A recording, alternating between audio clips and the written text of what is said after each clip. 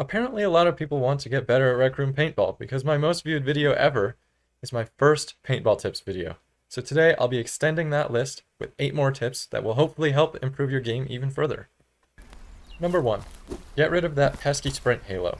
You know that black ring that appears around your vision every time you move? It might have never bothered you before, but I guarantee once you turn it off, you'll notice an immediate difference.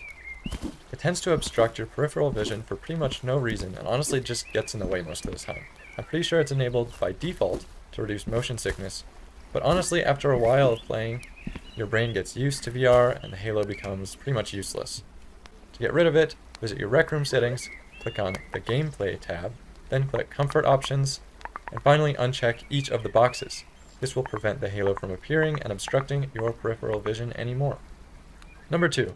Turn off the Rec Room music.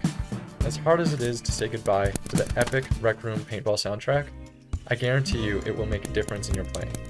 It felt eerily quiet the first time I turned it off, but looking back now I realize how big of a difference it's really made in being able to hear other players' movements as well as gunfire. The first time I tried this, it felt so oddly quiet that I actually couldn't play well without the music. If the same happens to you, another option is to simply turn it down because it's so excessively loud by default. And that way you can still enjoy the Rec Room soundtrack while also being able to still roast your opponents with your newfound abilities to hear them. Number 3. Watch your opponents carefully. The absolute biggest advantage in a paintball game is knowing exactly where a player is when they don't know where you are. It leaves room for a surprise attack, and it's far easier to hit a player when they're not aware you're targeting them. Part of knowing where your opponents are is watching them carefully.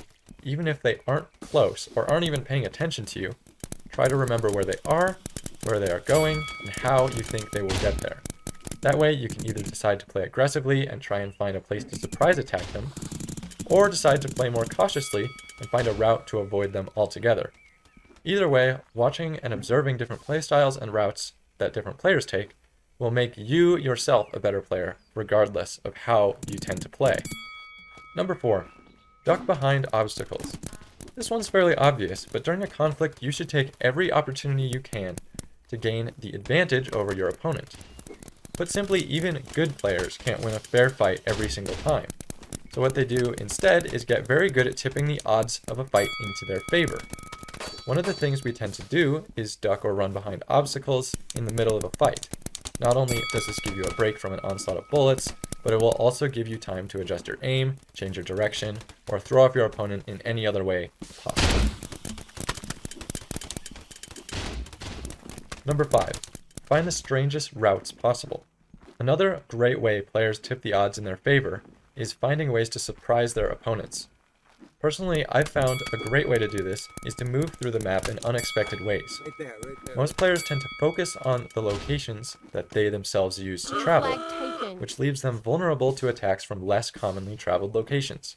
See an obstacle most people just walk around? Climb on top of it. See a ladder? Just don't use it. To demonstrate this, I'll show you some of my routes.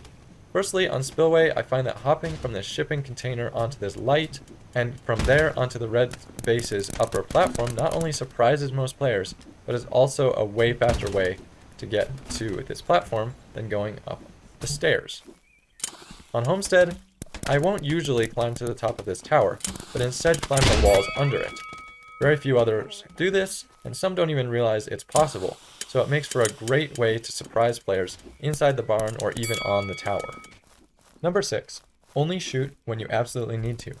This one isn't always relevant, but I'd say that most of the time it is. Generally, you never want to give up your location to an opponent for free, and a great way to completely expose yourself is by randomly shooting bullets aimlessly all across the map. Whenever I see a bullet, I remember exactly where it came from and immediately know that a player is in that direction, regardless of whether or not I can actually see them. You should always do the same and take note that other players will likely do the same thing to you. It's really simple avoiding this by only shooting bullets if you either see a player, you know a player is in that general area, or a given player already knows your location anyways, so it doesn't hurt to just throw some bullets in their direction. Number 7. Memorize spawn locations and seek to avoid them. The 2 most deadly advantages the defending team has are the element of surprise and spawn protection.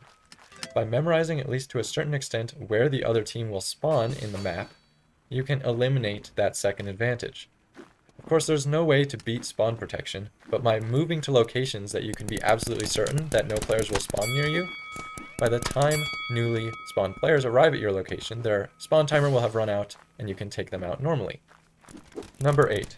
Spam the jump button. This one isn't entirely serious, but I would highly recommend using the jump button for dodging. It's far faster than changing direction horizontally and will actually speed up your movement, making you a far harder target to hit. People sometimes rage at me saying, all I do is bounce up and down, which there might be a little bit of truth to, but that shouldn't stop you nor I from actually doing it. And to them I say, if it's so effective, then do it yourself. And it is rather effective. And those are my 8 next paintball tips for you. Let me know in the comments section if you have any others you'd like me to share next time if I make a video like this. I do have some bad news though. My left controller stick just doesn't work on my controller anymore, and I kind of suck at paintball now. So I'll be making a video about it soon, so stay tuned. But honestly, I'm really disappointed. I don't know, I might end up getting a Quest 2 soon. Also, if you enjoyed the video and made it this far, be sure to leave a like and subscribe. I really appreciate everyone watching, and I really hope that these tips were helpful.